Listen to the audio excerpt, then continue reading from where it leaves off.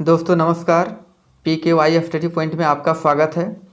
दोस्तों अगर मेरे चैनल को आप सब्सक्राइब नहीं किए हैं तो प्लीज़ मेरे चैनल को सब्सक्राइब करें, क्योंकि आगे भी इसी प्रकार की वीडियो आप लोग को मिलती रहेगी, इसलिए प्लीज़ मेरे चैनल को सब्सक्राइब कर लें। दोस्तों आज के इस वीडियो में हम लोग देखेंगे कक्षा 10 का जो है सामाजिक विज्ञान और मॉडल सेट इसमें देखेंगे, और मॉडल सेट 3 है ना, तीसरा सेट हम लोग देखेंगे। पहला और दूसरा सेट हम लोग देख लिए हैं। चलिए आज देखते हैं तीसरा सेट का प्रश्न। ठीक है, पहला प्रश्न है फ्रांस की क्रांति कब हुई। ठीक है, तो इसका सही आंसर होगा 14 जुलाई 1789 ईस्वी में फ्रांस की क्रांति हुई। ठीक है, अगला प्रश्न, फ्रांस की क्रांति का अग्रदूत किसे कहा जाता है। तो रूसो को फ्रांस की क्रांति का अग्रदूत कहा जाता है।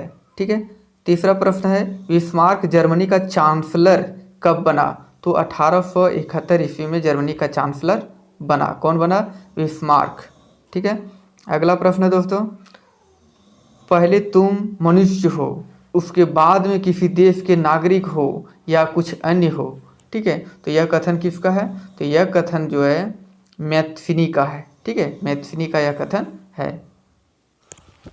अगला प्रश्न है डिस्कवरी ऑफ इंडिया नामक पुस्तक के लेखक कौन हैं। तो Pandit Jawaharlal Nehru discovery of India नामक पुस्तक के लेखक हैं। ठीक है, अगला प्रश्न है कि यह किसका कथन है कि तुम मुझे खून दो मैं तुझे आज़ादी दूंगा। तो यह कथन सुभाष चंद्र बोस, नेताजी सुभाष चंद्र बोस की कथन है। ठीक है, अगला प्रश्न है बंगाल का विभाजन कब हुआ। तो दोस्तों बंगाल का विभाजन 1905 ईस्वी में हुआ। संथाल विद्रोह के नेता कौन थे। तो संथाल विद्रोह के नेता दोनों भाई सिद्धू और कान्हू थे। ठीक है, अगला प्रश्न है खिलाफत आंदोलन के मुख्य नेता कौन थे। तो खिलाफत आंदोलन के मुख्य नेता दोनों भाई थे। कौन कौन? मौलाना मोहम्मद अली और मौलाना शौकत अली।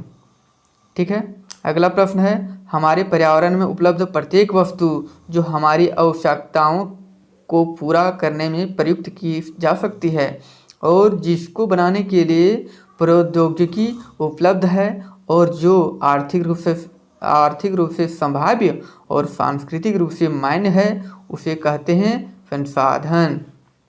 ठीक है, ख वाला ऑप्शन होगा। अगला प्रश्न है भूमि निम्नीकरण में निम्नलिखित में से किनकी भूमिका नहीं है। तो भूमि निम्नीकरण में वनों को काटना, भूमि निम्नीकरण में ये भूमिका निभा रहा है। अति पशुचारण और खनन, इन तीनों से क्या है भूमि निम्नीकरण होता है, लेकिन मधुमक्खी पालन करने से भूमि निम्नीकरण नहीं होता है, इसलिए सही आंसर होगा घ। ठीक है, मधुमक्खी पालन। अगला प्रश्न है भारत के कुल क्षेत्रफल का कितना प्रतिशत भाग पर जो है मैदान है। तो 43% भाग पर मैदान है। अगला प्रश्न है लौह अयस्क किस प्रकार का संसाधन है। ठीक है, तो लौह अयस्क यह नवीकरण योग्य संसाधन है। ठीक है, 15वां प्रश्न है गुलाबी सिर वाली बतख किन जातियों में शामिल है। तो गुलाबी सिर वाली बतख जो है लुप्त हो चुकी है, वो इसलिए लुप्त जातियों के अंतर्गत है। अगला प्रश्न है चिपको आंदोलन किससे संबंधित है।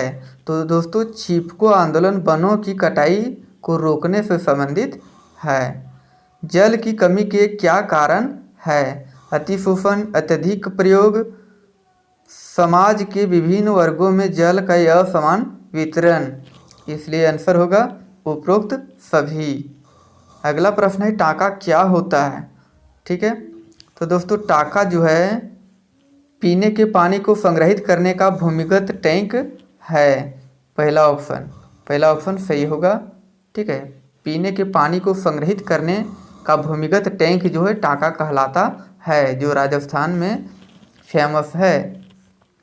अगला प्रश्न है सन 2025 तक कितने लोगों के जल की कमी झेलने की भविष्यवाणी की गई है। तो 20 करोड़ लोगों को झेलने की भविष्यवाणी की गई है। अगला प्रश्न है, हम किसी देश की प्रति व्यक्ति आय की गणना कैसे कर सकते हैं? तो किसी देश की प्रति व्यक्ति आय की गणना हम कैसे कर सकते हैं? तो कुल आय को कुल जनसंख्या से, कुल आय जितनी है देश की कुल आय, उसको कुल जनसंख्या से भाग देकर कर सकते हैं। तो इसलिए आंसर ख होगा। ठीक है।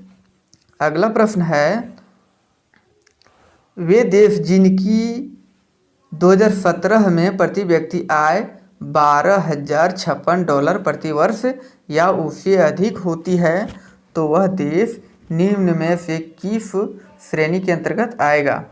तो वो देश विकसित देश की श्रेणी में आएगा। ठीक है। सतत विकास का उद्देश्य क्या है? सतत विकास का उद्देश्य क्या है? तो सतत विकास यानी कि विकास वर्तमान के लिए एवं आने वाली पीढ़ी दोनों के लिए होनी चाहिए, तो सतत विकास होता है। इसलिए आंसर होगा ग। अगला प्रश्न है, निम्न में से किस राज्य की साक्षरता दर सबसे अधिक है? तो सबसे अधिक साक्षरता दर केरल की है, इसलिए आंसर होगा केरल। प्रश्न है कि यदि एक देश की प्रति व्यक्ति आय 500 है, 500 रुपये तथा जनसंख्या 5000 है, तो उस देश की कुल आय निम्न में से कौन सी होगी? तो चलिए निकालते हैं इसको। 500 प्रति व्यक्ति आय जो है 500 रुपये और कुल कितने लोग हैं वहाँ पर? 5000। ठीक है। तो बराबर हो जाएगा 5 गुनी 5 बराबर 25 और 5 जीरो इसमें बैठाइए, 1 2 3 4 5 आने की हो जाएगा 25 लाख। ठीक है। 25 लाख जो है क्या हो जाएगा? इसलिए 25 लाख रुपये। ठीक है। ये क वाला ऑप्शन होगा। ठीक है।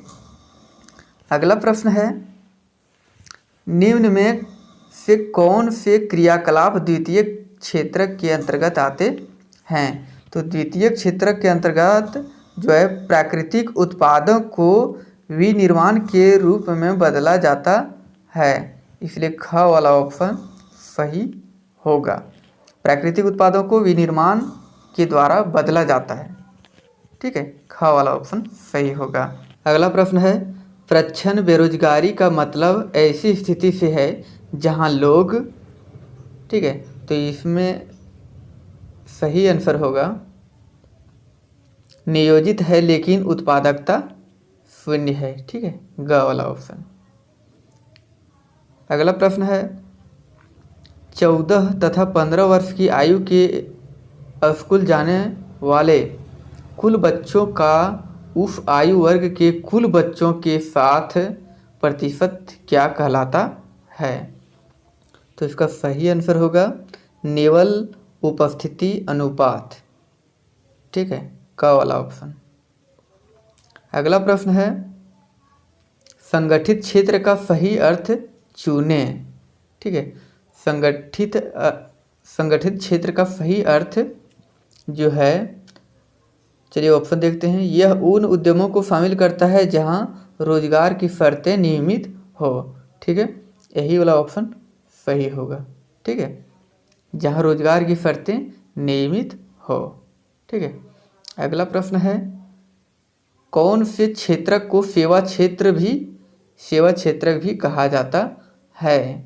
ठीक है। तो तृतीय क्षेत्र जो है सेवा क्षेत्र भी कहा जाता है। ठीक है। अगला प्रश्न है, सत्ता की साझेदारी के क्षैतिज वितरण के अंतर्गत कौन शामिल है? क्षैतिज वितरण। ठीक है। तो क्षैतिज वितरण में होगा विधायिका, कार्यपालिका और न्यायपालिका। ठीक है। अगला प्रश्न है, यूरोपीय संघ का मुख्यालय कहाँ अवस्थित है? ठीक है। तो यूरोपीय संघ का मुख्यालय ब्रुसेल्स में अवस्थित है।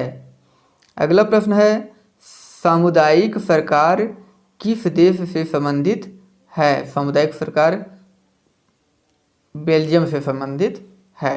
ठीक है, अगला प्रश्न है बेल्जियम में डच भाषा बोलने वालों की आबादी कितनी है? तो 59%।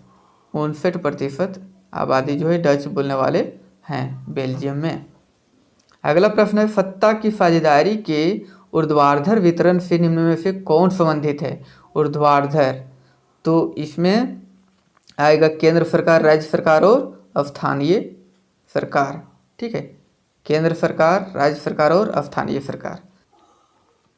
अगला प्रश्न है इनमें से कौन संघ सूची का विषय है?